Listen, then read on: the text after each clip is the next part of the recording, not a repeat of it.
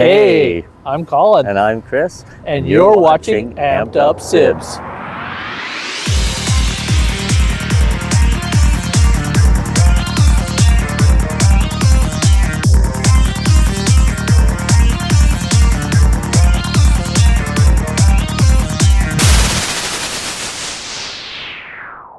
So Chris, what got you into EVs and what did you reason for starting this video?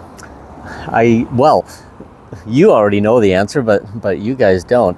The thing that got me into EVs was my brother here, and it was several years ago. He talked about an odd company. I'd never heard of it, called Aptera. And Aptera was a new design of EV, solar panels, all sorts of things that were kind of revolutionizing how EVs will change the world. And that night I went home, I looked on Google and on the Aptera website, and I was just amazed at the information that was actually out there, like the technology and how fast batteries were progressing, how fast EV technology was changing. Yeah. I was a naysayer before, like I didn't think there was any hope that we were actually going to have EVs everywhere until I saw all of those videos of Aptera, and then branching out from Aptera and looking at the EVs of like Chevy's EV products and the hybrid products, and it's possible. Yep. There's definitely a possibility to an entirely EV world. Yeah, I thought so too. So if you got me into it, what got you into it? Well, actually for me it was when I was much younger, still in high school, so back in the 90s, aging myself here. It was actually the old university and high school solar racers that they did in like Australia and such. They were just solar paneled vehicles with bicycle type tires, and they'd race across the country in Australia and do these, these loops and stuff, and that got me into it. And then I kind of went away from it after a while because I didn't see or hear much more. And then I heard about Tesla, of course, with his his Roadster, and I said, okay, that's pretty cool, getting there. And then I watched actually the show Who Killed the Electric Car, and I learned about GM's EV1. EV1, yeah. And of course at that time they were like on something like lead acid batteries, which really wasn't great, but they had such a hit and quite a review. And I started watching more, and then of course that kind of died off. I didn't hear much more. The odd thing of Tesla here and there, but nothing concrete. And then of course the revenge of the electric car.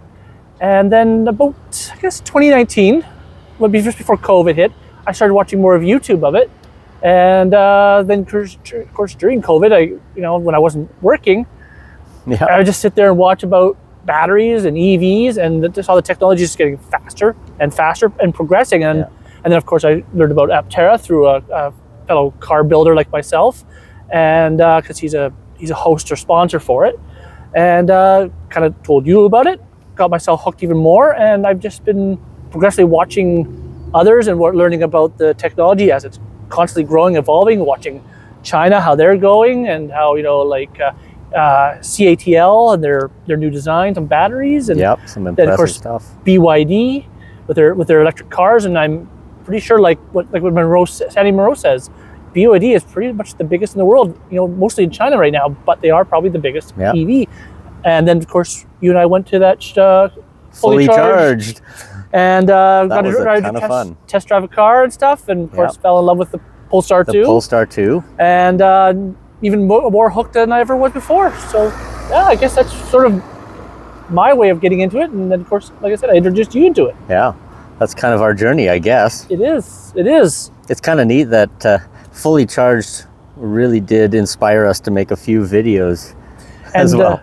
And what these videos are for are try to let people who people buy cars and say maybe the dealership didn't tell you how to properly plug your car in, or how to use these chargers. Of course, these Tesla chargers are only meant for Tesla right now. They haven't opened them up here, at least to other manufacturers. But I know in a couple of years, they will be opening up, and they will be able to basically with adapter, Yep. plug in, because they'll be able to read what your car is, what it's Exactly. doing. So we have a few others sitting over there, the Flow ones here in where we live. Yeah, we'll show you those soon. And those are unfortunately, with being in BC, we only have 50 kilowatt chargers, but you know, they're coming and they're progressing and getting better. We just have to wait and see it through, and hopefully more people get into it and push for it. So, and even at BC, or even at the fully charged, BC Hydro was talking about how are they actually going to get more accessibility for chargers. And honestly, that was my entire fear, and still is. How am I going to plan out my life so that I can get to and from work, which I travel 75 kilometers one way, 150 round trip just to get there and back. That's a lot of anxiety if my car in the winter, -20 on a couple of weeks, is only getting 300 kilometers and I don't have a charger nearby. These chargers back here are my closest charger. I can't charge at home, living in a condo. So I either park here and walk home. It's about a 10-minute walk, or I guess that's my only option at the moment. yeah. So I need that range, and not having to leave my car here overnight would be ideal. Well, these being, you know, fast chargers, you don't leave them here overnight because it's not good for the batteries, right? Yeah, the fast charger thing is really important, but a lot of places don't have that. No. A lot of places are still running on level 1 type chargers. Yeah. That's another thing we'll have to talk about. Level 1, Level 2, level 1, 3. level 2, and the fast charger network. Yeah. Because I don't have an EV yet, but I'm looking, and I'm looking actually at the wall chargers, the 40 amps, because I have a 200 amp breaker in my house, so I could go with 40, even 60 amps. That's how much I have left over.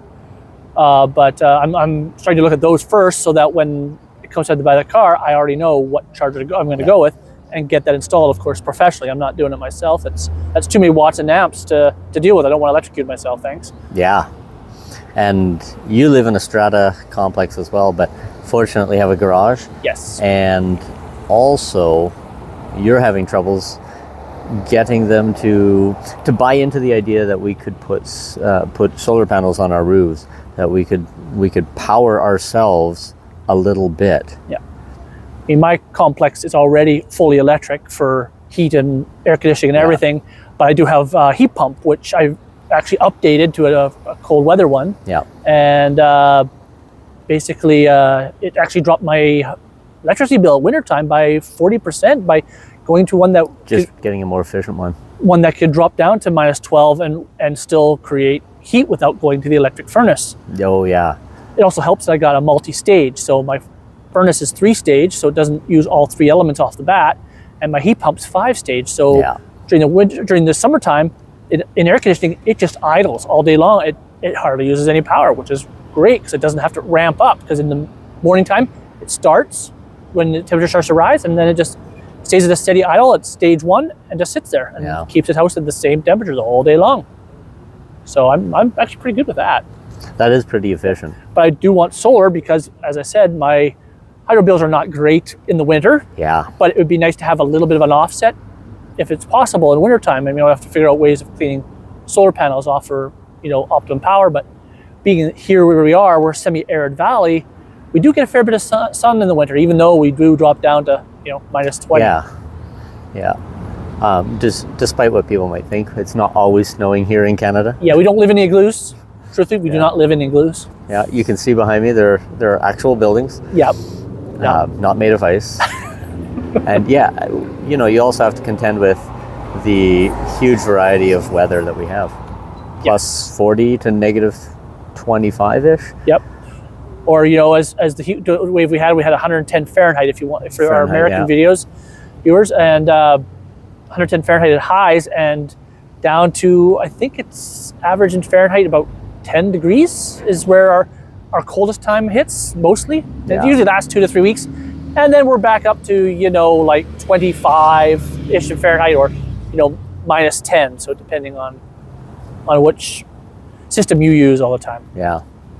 So I guess, just to kind of sum up what we've been talking about, these videos are going to have a lot of different aspects of owning electric vehicles, but not only that, electrifying your home, as it were. So tune in for things like how to plug your EV in. You know, simple things that we take for granted that everybody knows how to plug one in. I've actually never plugged an electric vehicle in. That's true. And there's a learning curve to some of this stuff. And knowing that you can't take your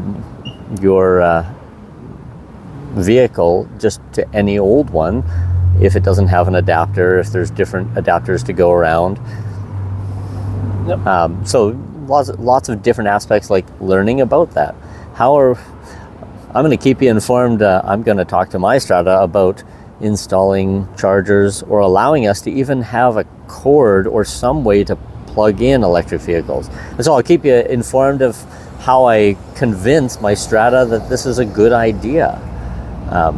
And I'm sure Colin will keep you informed of how to... Out of our Strata, we've been in talks with them, but they're kind of just not really receptive and not listening. So it's an ongoing battle, but with Strata, that is the big issue for people like us that live in Strata colonies. Like, I mean, I have my own garage, so I can easily do the plug-in for that, but I would really like to get solars to offset my power bills. And also with most of these chargers, like Tesla's behind us, the Flow over there, you need apps. You have to use an app to operate these. Some have a RFID card that you can buy, but then you have to have an RFID card for every single one. Every single one. And the same thing is with the apps. You have to have an app of every single one you use. So if you're doing a lot of traveling and there's no BC Hydro ones there, but there's Flow, well, you have to make sure you have the app for either one, depending on what's there and what's available when you drive. Yeah, there's going to be quite a learning curve. Yep. So, I think we need a sign off. I think we do. And I'm Chris. And I'm Colin. And thanks for watching AmpedUpSibs.